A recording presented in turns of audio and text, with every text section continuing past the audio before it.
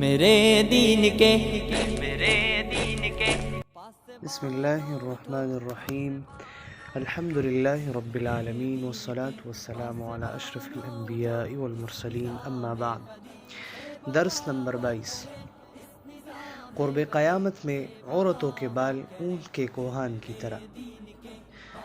آگے فرمایا ان عورتوں کے سروں پر اونٹوں کے کوہان جیسے بال ہوں گے، یعنی قیامت کے قریب عورتوں کے بال عورتوں کے سروں پر اونٹوں کے کوہان جیسے بال ہوں گے۔ یہ حدیث بھی ان حدیث میں سے ہیں کہ پچھلے علماء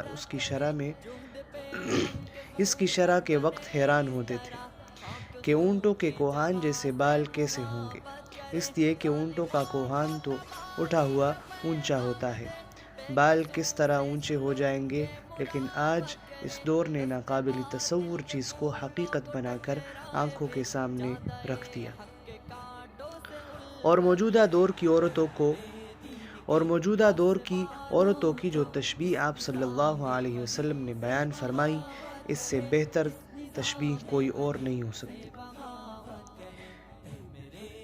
یہ عورتیں ملعون ہیں۔ حدیث میں فرمایا ایسی عورتوں پر لعنت بھیجو، اس لیے کہ ایسی عورتیں ملعون ہیں۔ اللہ تعالیٰ نے عورت کو ایک ایسی چیز بنایا ہے جو اپنے دائرے کے اندر محدود رہے، اور جب یہ عورت بے پردہ باہر نکلتی ہے تو حدیث شریف میں ہے کہ شیطان اس کی تانک جھانک میں لگ جاتا ہے، اور فرمایا کہ جب عورت خوشبو لگا کر بازاروں کے اندر جاتی ہے تو اللہ تعالیٰ کی طرف سے اس پر لعنت ہوتی ہے، اور فرشتے ایسی عورت پر لعنت بھیجتے ہیں۔ لباس کا مقصد اصلی۔ لباس کا اصل مقصد یہ ہے کہ اس کے ذریعے ستر عورت حاصل ہو جائے۔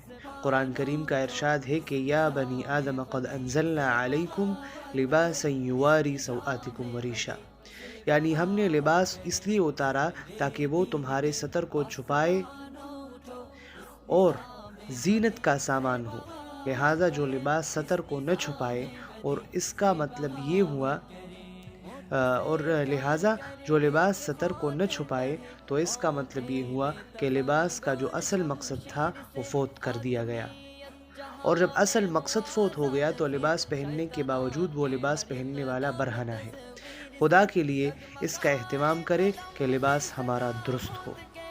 آج کل اچھے خاصے دیندار، نمازی، پرہیزگار لوگوں کے اندر بھی اس کا اہتمام ختم ہو گیا ہے۔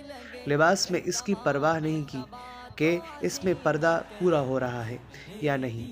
انہی چیزوں کا وبال آج ہم لوگ بھگت رہے ہیں۔ لہٰذا کم از کم اپنے گھرانوں میں اور اپنے خاندانوں میں اس کا اہتمام کر لیں کہ لباس شریعت کے مطابق ہو، اور اس میں پردے کا لحاظ ہو، اور حضور اقدس صلی اللہ علیہ وسلم کی لعنت کی وعید سے محفوظ ہو۔ دوسری بات، صنعتی انقلاب کے بعد دو مسئلے۔ 16ویں صدی عیسوی کے بعد جب یورپ میں صنعتی انقلاب آیا تو تجارتوں کا میدان وسیع ہوا، تو ایک مسئلہ میں پیدا ہوا کہ مرد کو پیسے کمانے کے لیے عرصے تک اپنے گھروں سے باہر رہنا پڑتا تھا، سفروں پر رہنا پڑتا تھا، جس کی وجہ سے وہ اپنی بیوی سے دور رہتا۔ دوسرا مسئلہ یہ ہوا کہ صنعتی انقلاب کے نتیجے میں زندگی گراں ہو گئی، جس کی وجہ سے مرد کو یہ بات گراں معلوم ہوئی کہ میں اپنی بیوی کا خرچہ بھی اٹھاؤں۔ ان دو مسئلوں کا حل یورپ کے مرد نے تلاش کیا کہ اس عورت سے کہا کہ تمہیں خواہ مخواہ ہزاروں سال سے گھر کے اندر قید رکھا ہوا ہے، لہٰذا تم بھی گھر سے باہر نکلو اور مردوں کے شانہ بشانہ کام کرو، اور دنیا کی جتنی ترقیاں ہیں وہ سب تم حاصل کرو۔ اس کے ذریعے یورپ کے مرد کا اصل مقصد یہ تھا کہ عورت کے اخراجات کی جو ذمہ داری مرد کے کندھے تھی، وہ ذمہ داری عورت ہی کے کندھے پر ڈال دے۔ دوسرا مقصد یہ تھا کہ جب عورت بازار میں اور سڑکوں پر آ جائے گی تو پھر اس کو بہلا پھسلا کر اپنا مطلب پورا کرنے کی پوری گنجائش ہر جگہ میسر ہوگی۔ آج عورت قدم قدم پر موجود، لہٰذا اب یورپ میں ایک قصہ ختم ہو گیا کہ بیوی اکیلے گھر میں بیٹھی ہے اور مرد کو لمبے لمبے سفر پر جانا ہے، وہ اتنے لمبے عرصے تک اس بیوی کے قرب سے لطف اندوز نہیں ہو سکے گا۔ یہ بات ختم ہو چکی، تو اب قدم قدم پر عورت موجود ہے، دفتروں میں عورت موجود ہے، بازاروں میں عورت موجود ہے، ریلووں میں عورت موجود، جہازوں میں عورت موجود، اور ساتھ میں یہ قانون بھی بنا دیا گیا کہ اگر دو مرد اور عورت آپس میں رضامندی سے جنسی تسکین کرنا چاہیں تو ان پر کوئی رکاوٹ عائد نہیں، نہ قانون کی رکاوٹ ہے نہ اخلاقی رکاوٹ۔ اب عورت ہر جگہ موجود ہے اور اس سے فائدہ اٹھانے کے راستے چوپٹ کھلے ہوئے ہیں، اور مرد کے سر پر عورت کی کوئی ذمہ داری بھی نہیں ہے، بلکہ عورت سے یہ کہہ دیا گیا کہ تمہیں کماؤ بھی اور قدم قدم پر ہمارے لیے لذت حاصل کرنے کے اسباب بھی مہیا کرو۔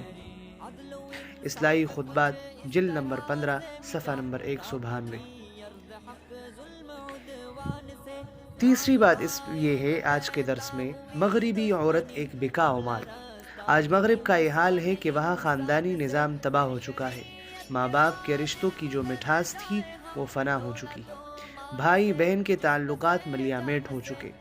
ایک طرف تو خاندانی نظام تباہ ہو چکا اور دوسری طرف وہ عورت ایک کھلونا بن گئی، چاروں طرف اس کی تصویر دکھا کر اس کے ایک ایک عضو کو برسر بازار برہنہ کر کے اس کے ذریعے تجارت پکائی جا رہی ہے، اس کے ذریعے پیسے کمانے کا انتظام کیا جا رہا ہے۔ عورت کو دھوکہ دیا گیا اور اس عورت سے یہ کہا گیا تھا کہ تمہیں گھروں کے اندر قید کر دیا گیا ہے، تمہیں باہر اس لیے نکالا جا رہا ہے تاکہ تم ترقی کرو، وہ تم سربراہ مملکت بن جاؤ، تم وزیر بن جانا، تم فلاں بڑے عہدوں پر پہنچ جانا۔ آج امریکہ کی تاریخ اٹھا کر دیکھ لیجئے کہ پوری تاریخ میں کتنی عورتیں امریکہ کی صدر بن گئی، یا سربراہ بنی، یا وزراء بنی، ایک خاتون بھی صدر نہیں بنی۔ سرد دو چار عورتیں وزراء بنی، لیکن ان دو چار عورتوں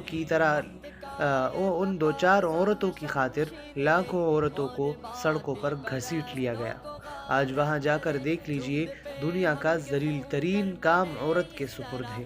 سڑکوں پر جھاڑو دے گی تو عورت دے گی، ہوٹلوں میں ویٹریس کا کام عورت کرے گی، بازاروں میں سیلز گرل کا کام عورت کرے گی، ہوٹلوں میں بستروں کی چادر عورت تبدیل کرے گی، اور جہازوں میں کھانا عورت سرو کرے گی۔ وہ عورت جو اپنے گھر میں اپنے شوہر کو، اپنے بچوں کو اور اپنے ماں باپ کو کھانا سرو کر رہی تھی، وہ اس کے لیے دقیانوسیت تھی، وہ رجعت پسندی تھی، وہ عورت کے لیے قید تھا، اور وہی عورت بازاروں کے اندر، ہوٹلوں کے اندر، ہوائی جہازوں کے اندر سینکڑوں انسانوں کو کھانا سرو کرتی رہی اور ان کی ہوس ناک نگاہوں کا نشانہ بنتی ہے۔ تو یہ عزت ہے اور یہ آزادی ہے۔ خرد کا نام جنو رکھ دیا، جنو کا نام خرد، جو چاہے آپ کا حسن کرشمہ ساز کرے۔ چوتھی بات آج کے درس میں یہ ہے کہ عورت پر ظلم کیا گیا۔ ایک طرف تو عورت کا حشر یہ کیا اور دوسری طرف وہ لوگ جو آزادی نسواں کے علم بردار کہلاتے ہیں، انہوں نے عورت پر جو ظلم کیا ہے، تاریخ انسانیت میں اس سے بڑا ظلم نہیں ہوا۔ آج اس کے ایک ایک عضو کو بیچا جا رہا ہے اور اس کی عزت اور تکریم کی دھجیاں بکھیری جا رہی ہیں، اور پھر بھی یہ کہتے ہیں کہ ہم عورت کے وفادار ہیں اور عورت کی آزادی کے علم بردار ہیں۔ اور جس نے عورت کے سر پر عفت و عصمت کا تاج رکھا تھا اور اس کے گلے میں احترام کے ہار ڈالے تھے، اس کے بارے میں یہ کہا جا رہا ہے کہ انہوں نے عورت کو قید کر دیا۔ اور یہ عورت ایسی مخلوق اللہ تعالیٰ نے بنائی ہے کہ جو چاہے ان کو بہکا دے اور اپنا الو سیدھا کر لے۔ چنانچہ آج ہماری مسلمان خواتین نے بھی انہی کی ہاں میں ہاں ملانی شروع کر دی۔ پانچویں بات، ہمارے معاشرے کا حال۔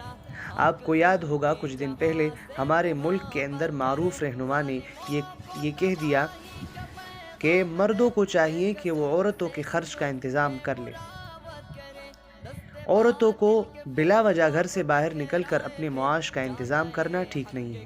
اس کے جواب میں جو خواتین ماڈرن کہلاتی ہے اور اپنے آپ کو خواتین کے حقوق کی علم بردار کہتی ہے، انہوں نے ان صاحب کے خلاف ایک جلوس نکالا اور یہ کہا کہ ان صاحب نے ہمارے خلاف یہ بات کہی ہے۔ اب دیکھیے کہ ایک آدمی یہ کہتا ہے کہ آپ کو اپنے معاش کی فکر کرنے کی ضرورت نہیں ہے، دوسرے لوگ آپ کے لیے خدمت انجام دینے کو تیار ہیں۔ اس پر عورتوں کو خوش ہونا چاہیے، مگر جھوٹ کا یہ پروپیگنڈا ساری دنیا میں عالمی طور پر پھیلایا گیا ہے۔ اس لیے خوش ہونے کے بجائے یہ کہا جا رہا ہے کہ یہ صاحب خواتین کے حقوق تلف کرنا چاہتے ہیں، اور جلوس نکالنے والی وہ عورتیں ہیں جنہوں نے خواتین کے حقیقی مسائل سمجھنے کی زحمت ہی گوارا نہیں کی۔ ان خواتین نے ایئر کنڈیشنز محلات میں پرورش پائی ہے، دیہات میں جو عورت بستی ہے اس کے کیا مسائل ہے، اس کو کن مسائل کا سامنا کرنا پڑتا ہے، اس سے کوئی تعرض نہیں کیا، ان کے مسائل کو جاننے کی کوشش نہیں کی۔ ان کے نزدیک صرف مسئلہ یہ ہے کہ ہمیں مغرب کے لوگ، یورپ اور امریکہ کے لوگ یہ کہہ دیں کہ ہاں تم لوگ روشن خیال ہو اور تم لوگ 21ویں صدی کے ساتھ ملنے والے ہو، اس سے مسئلہ ہے۔ ان کے نزدیک کوئی اور مسئلہ نہیں ہے۔ چھٹی بات، ایسی مساوات جو یہ لوگ چاہ رہے ہیں یہ فطرت سے بغاوت ہے۔ بہرحال آج یہ پروپیگنڈا ساری دنیا میں پھیلا ہوا ہے کہ یہ مسلمان، یہ مولوی ملا لوگ عورتوں کو گھروں میں بند کرنا چاہتے ہیں، جبکہ حقیقت یہ ہے کہ اللہ تعالیٰ نے زندگی کے دو مختلف دائرہ کار تجویز کیے ہیں، مرد کے لیے الگ، عورت کے لیے الگ۔ اس لیے مرد کی جسمانی ساخت اور ہے اور عورت کی جسمانی ساخت اور ہے، مرد کی صلاحیتیں اور عورت کی صلاحیتیں اور ہیں۔ لہٰذا مساوات کا یہ نعرہ لگانا کہ عورت بھی وہی سب کام کرے جو مرد کر رہے ہیں، تو یہ فطرت سے بغاوت ہے، اور اس کے نتیجے میں خاندانی نظام تباہ ہو چکا ہے۔ اگر ہم اپنے معاشرے میں خاندانی نظام کو بچانا چاہتے ہیں تو اس کے لیے خواتین کو پردے میں رکھنا ہوگا اور مغرب کے پروپیگنڈے کے اثرات کو اپنے معاشرے سے نکالنا ہوگا۔ اللہ تعالی ہمارے معاشرے کو مغربی آفات سے محفوظ فرمائے اور چین و سکون کی زندگی ہم سب کو عطا فرمائے۔ اصلاحی خطبات جلد نمبر 15 صفحہ نمبر 192۔ وآخر دعوانا ان الحمد للہ رب العالمین۔